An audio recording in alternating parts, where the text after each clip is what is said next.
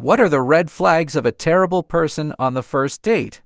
Story 1. There was a guy that came into my work restaurant a few times a week for lunch. He did this for a little over a month, so he became a regular. He had asked me out every time I brought his bill. He always asked in a light-hearted way and never seemed upset or anything when I turned him down. I assumed that after the first few questions, he may have thought of it as more of an inside joke at that point, like he was just asking now to make light of the previous rejections and to make it less awkward or something. He always gave me weird vibes but seemed nice enough, so I thought I might have just been making assumptions because of his appearance and wasn't being fair. One time that he asked, I decided randomly to agree and give him a shot. Why not? I thought. He was always super kind and I had gotten rather used to the awkwardness I felt being around him. He seemed so excited and I asked him to leave his number on the receipt and I would call or text him when I wasn't busy to set something up. So it wasn't really much of a joke to keep asking me out. I mostly figured that though TBH. A few days later, I hadn't texted him yet to set anything up or even give him my number, and I got a text only a few minutes after walking into my house after I got home from work. It said, "Hey, it's ABC from XYZ. I know it's a long shot, but I'm free tonight and bored. Wanna hang out? If you're free, that is." I asked him how he got my number. He said I gave it to him the night I agreed. I absolutely know I didn't. I got really creeped out but decided not to confront him about it and just play like I'm a ditz and believe that I must have done that. I just didn't remember because it was busy. I told him that I wasn't free to hang out that night, that I was going to be working later to help cover a shift and then would be pretty pooped by the time I was off. I only ever saw him come in for lunch, not ever dinner shifts. A few minutes passed before he responded. He said, "Why are you lying to me?" I just responded with, "What? Lol." He said, "I know you are home. If you didn't want to hang out tonight, you could have just said so." Alarm bells rang in my head. I thought, there's no way he's outside my house. He is just trying to call my bluff. Creepy but not a full-blown stalker. But I felt exposed. I felt the crawling on my skin that only burns into you when someone is staring at you. The vulnerable pulses that are felt only by prey. I looked out through the blinds of my bedroom and he was parked right outside my house. I could see his face lit up by the phone screen. He was so close. I texted him and said, "Ahaha, you caught me. How did you know I was bluffing? I'm sorry. I do want to hang out soon. I'm just not feeling up to it tonight," and called 911. The police showed up and went up to his car and talked to him for a bit. He drove away a few minutes later and then the officers came to my door. They told me that they acted like a random neighbor complained about a strange car. They didn't implicate anyone but made it seem like it was an older person, so probably not me. They took his plate information but asked him politely to move so he didn't upset anyone in the neighborhood and he complied. I went to my friend's house that night and filed a restraining order the next morning. I later found out that he most likely got my number from the shift sheet behind the hostess counter because several co-workers had seen him at different times snooping back there and kindly stopped him. He, I guess, grabbed a roll of silverware claiming that the server hadn't left him any and he didn't want to bother anyone because he knew they were busy, so just grabbed it himself. This stopped anyone from suspecting him of anything odd.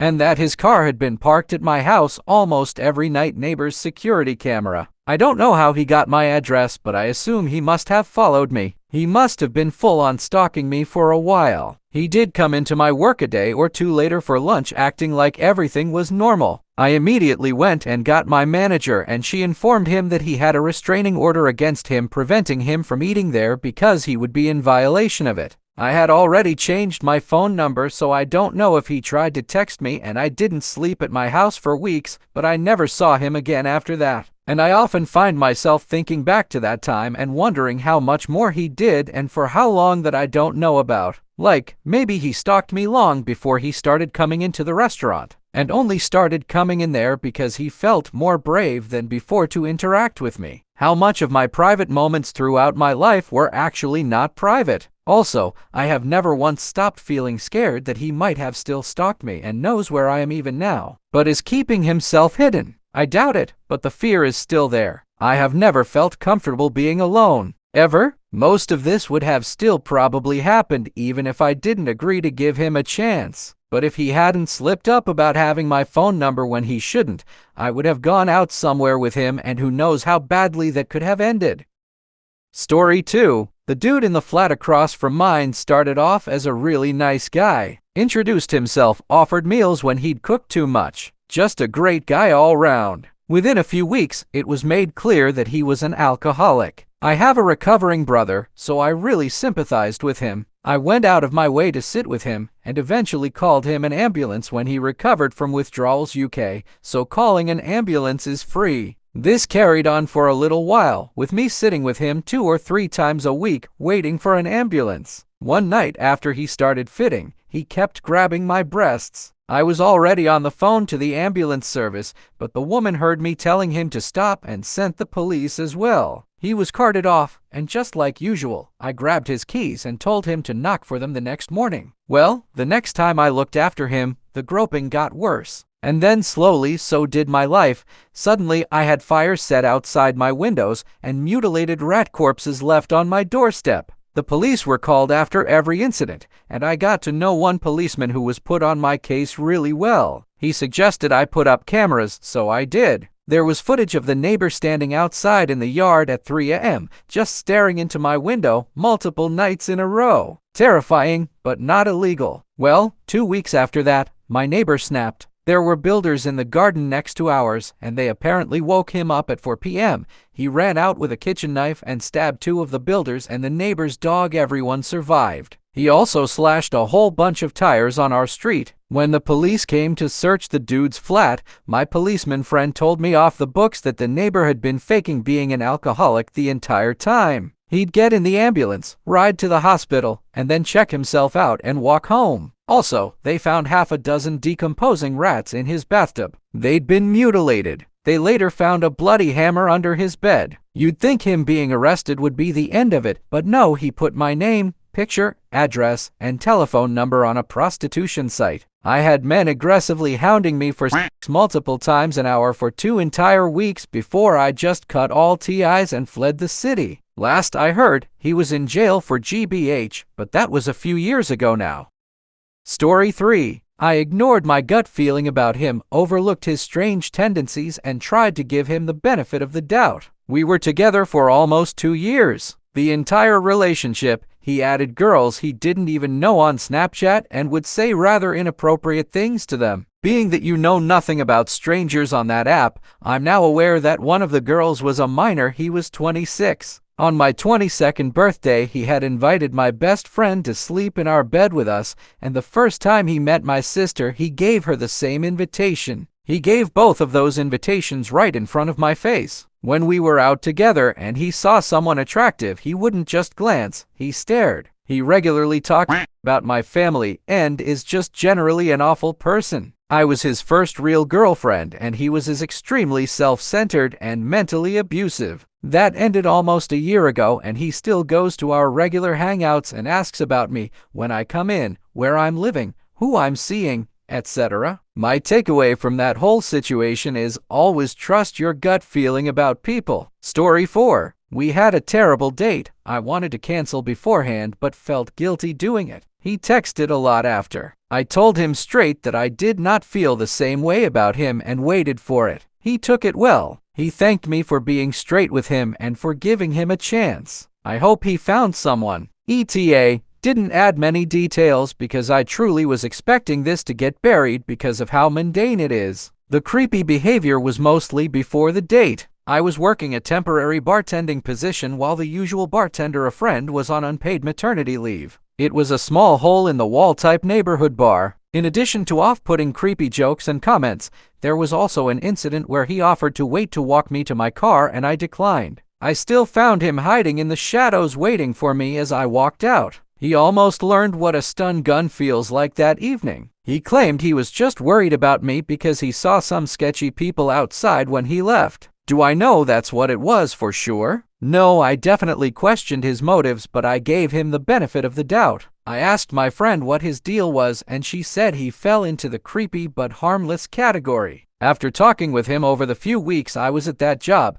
I took him as someone who had very poor social skills but not a bad person. I think the creepy vibe came from the lack of social skills. He needed a lesson in not trying to act cool or tough with his comments or jokes because it contributed to the creep for sure. I accepted the date on my last shift at that bar, figuring that if it went really badly, he didn't know where I usually work, and I made sure to drive myself there and had people on standby should I need help.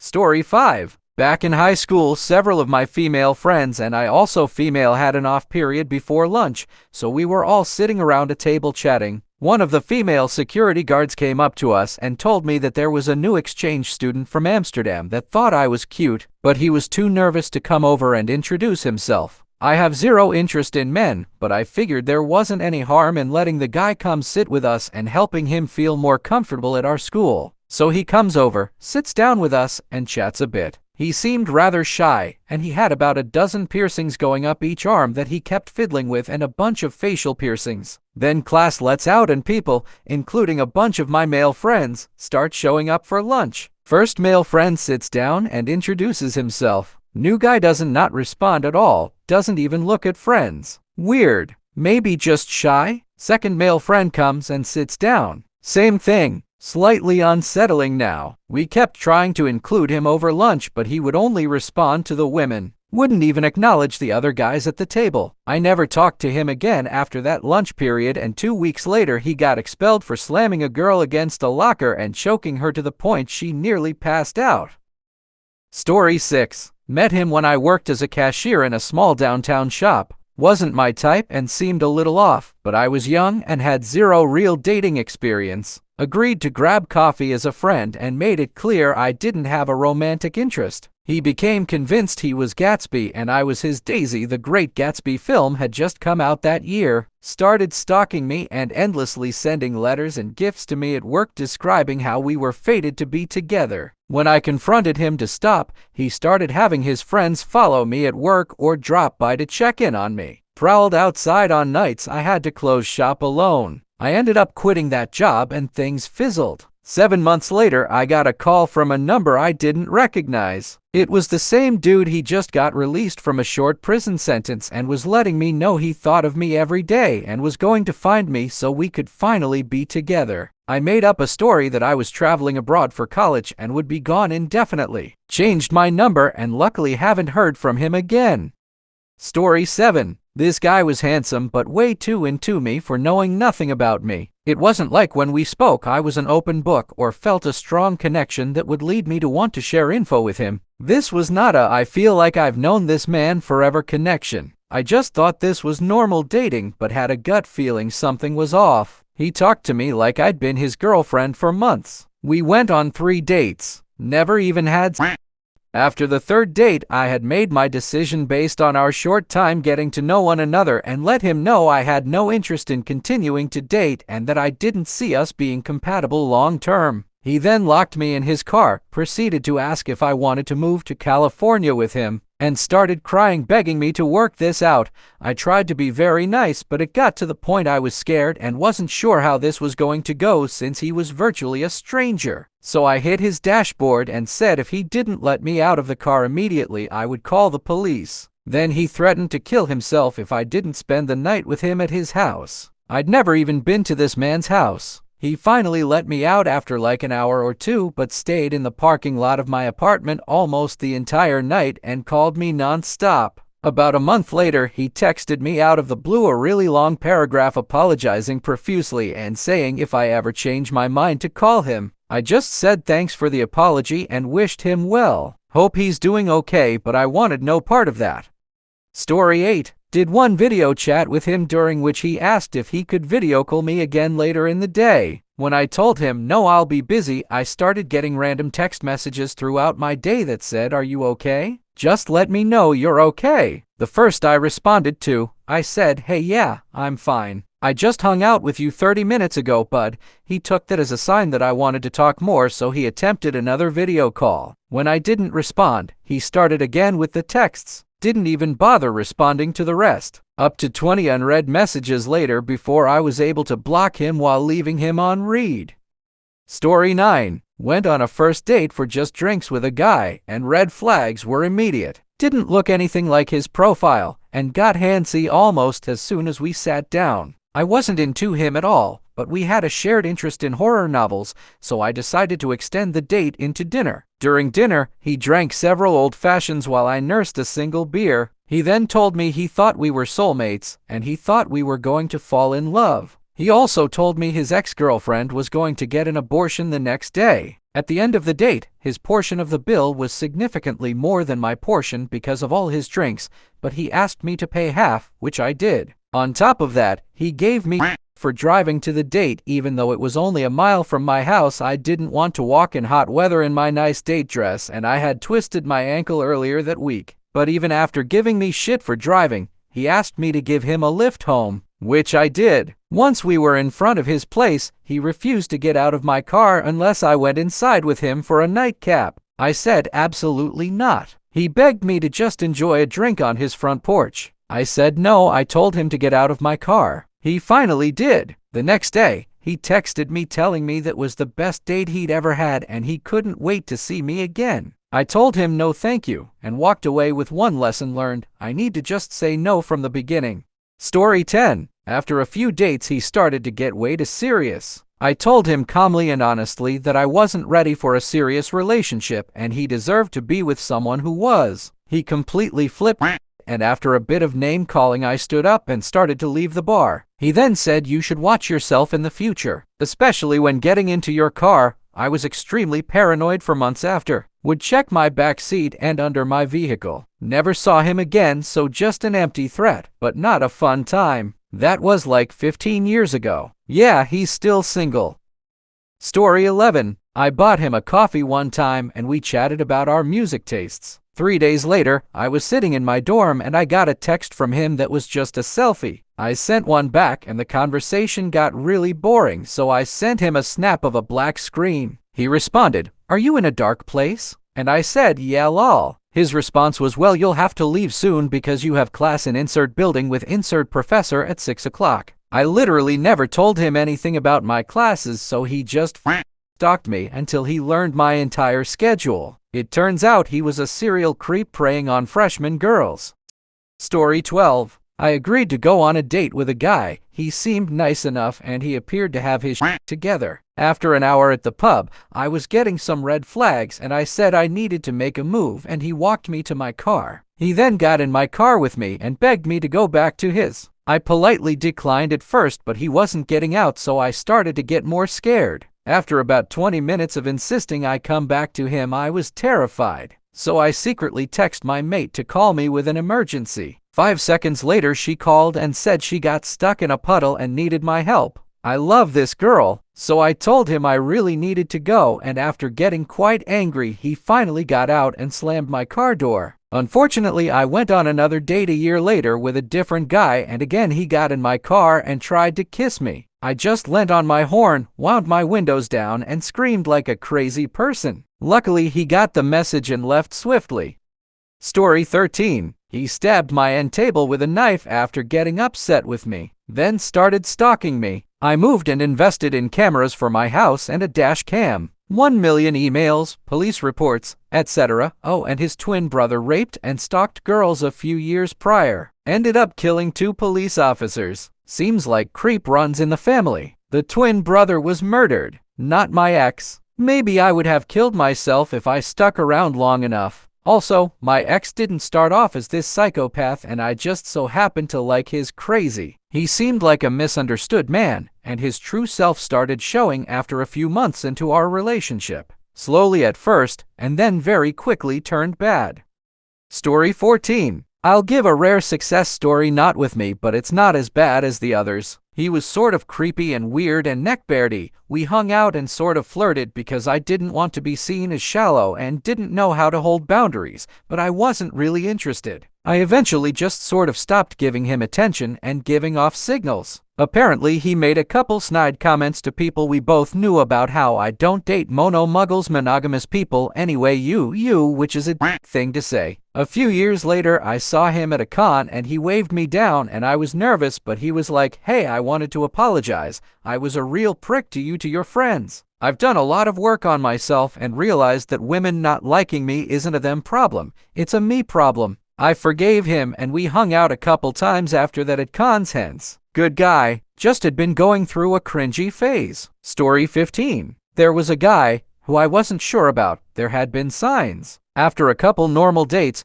he wanted to take my Jeep to a local off-road location that had a main rutty road with many offshoots with hill climbs and mud pits. He bugged and bugged me to drive it. I told him he could only take it down the main off-road, but while we were bouncing, straddling ruts, chugging along just fine, he suddenly gunned it up an almost vertical climb off the main road and rolled us into a ditch on our side. The tires weren't on the ground, so there was no way to get it out. Then, he acted like it was no big deal. I had to walk to my uncle's house, which happened to be on a road near the off-road location. He wasn't home, but his girlfriend was, so I called a couple people and couldn't get a hold of anyone. As a last resort, I called one of my best friends from childhood, a guy friend, which we did briefly date for a while before deciding to just remain friends. The only person I could get a hold of with a vehicle that could potentially pull my Jeep out. The creepy guy had no ideas besides leaving it there on its side. He had a total fit and made a big scene. My friend from childhood helped me pull the dents out and fix it while the creepy guy walked off into the sunset.